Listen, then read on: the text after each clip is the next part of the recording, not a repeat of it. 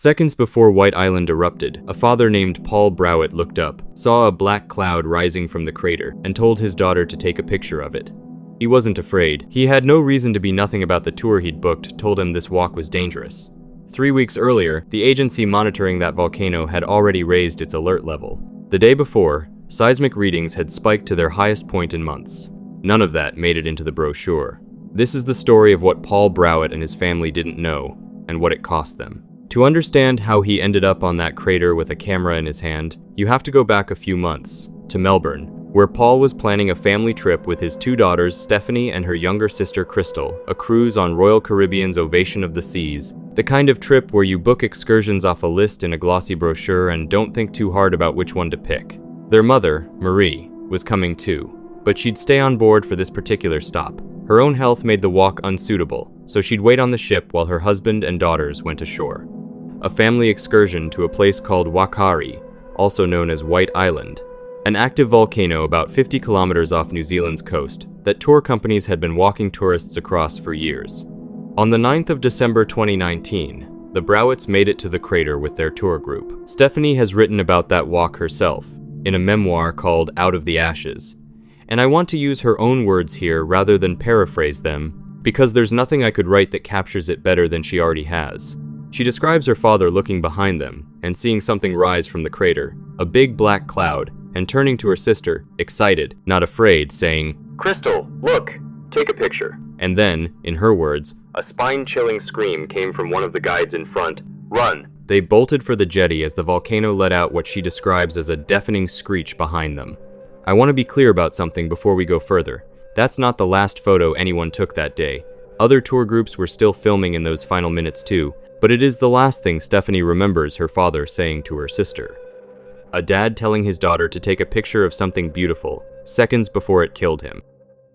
Here's what nobody in that tour group knew standing at that crater. 3 weeks earlier, on November 18th, GNS Science, New Zealand's geological monitoring agency, had raised the island's volcanic alert level from 1 to 2, moderate to heightened unrest, which was the highest classification the island had reached without actually erupting. The day before the Browitts even set foot on the island, on December 8th, seismic instruments on Whakaari spiked roughly 30% higher than anything recorded in the 2 months prior. And that same morning, hours before the eruption, a tourist named Alessandro Kaufman caught something on video almost by accident, a tour guide, off camera, muttering into his microphone that he was a little bit worried why it's going green, talking about the crater lake changing color. So why would a tour company keep selling tickets to a walking tour of an active crater the same week its own monitoring data was trending in exactly the wrong direction? That's the question this story actually turns on. It's not one the Browitts had any way of asking, because none of that information came with the excursion. At 2:11 in the afternoon on December 9th, Whakaari erupted. 47 people were on the island at that moment, 38 of them cruise passengers off the Ovation of the Seas, 4 tour guides, a helicopter pilot, and 4 more people who'd flown in by air.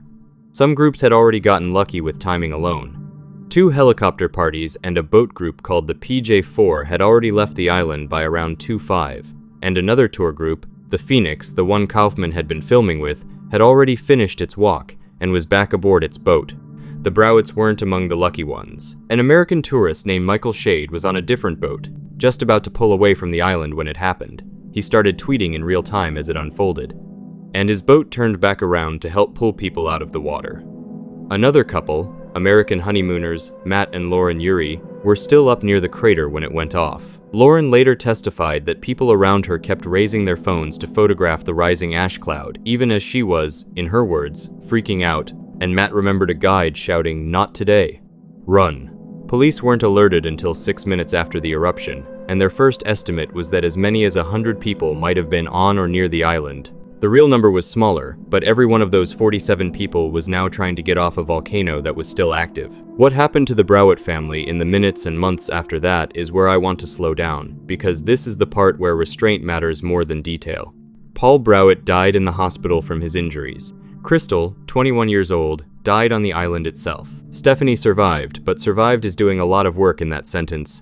She suffered third-degree burns across roughly 70% of her body, had 8 of her fingers amputated, spent 6 months in the hospital, including time in a coma, and underwent more than 20 surgeries and skin grafts. Her mother Marie, the one family member who hadn't gone ashore, became her full-time caregiver through all of it. I'm not going to describe more than that. The facts alone carry what they need to. So that's what happened. The next part of this story is about who was actually held responsible for it, and it's worth pausing here, because the case against the companies involved turned on one very specific legal argument, and how the court dismantled it. Whakaari Management Limited, the company that owned and licensed the island, argued in its own defense that it was essentially a passive landowner, just leasing the land to tour operators and nothing more, and therefore couldn't be held responsible for what those operators did on it. Judge Evangelos Thomas rejected that argument outright. His ruling was direct.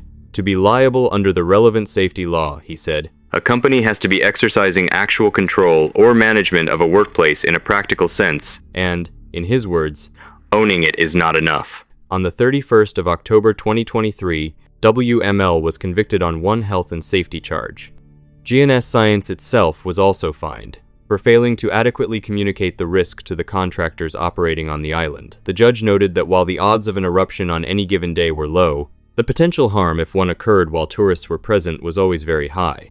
When sentencing came down on the 1st of March 2024, the total reparations across every party found responsible came to more than $10.2 million, the largest health and safety reparations order in New Zealand's history.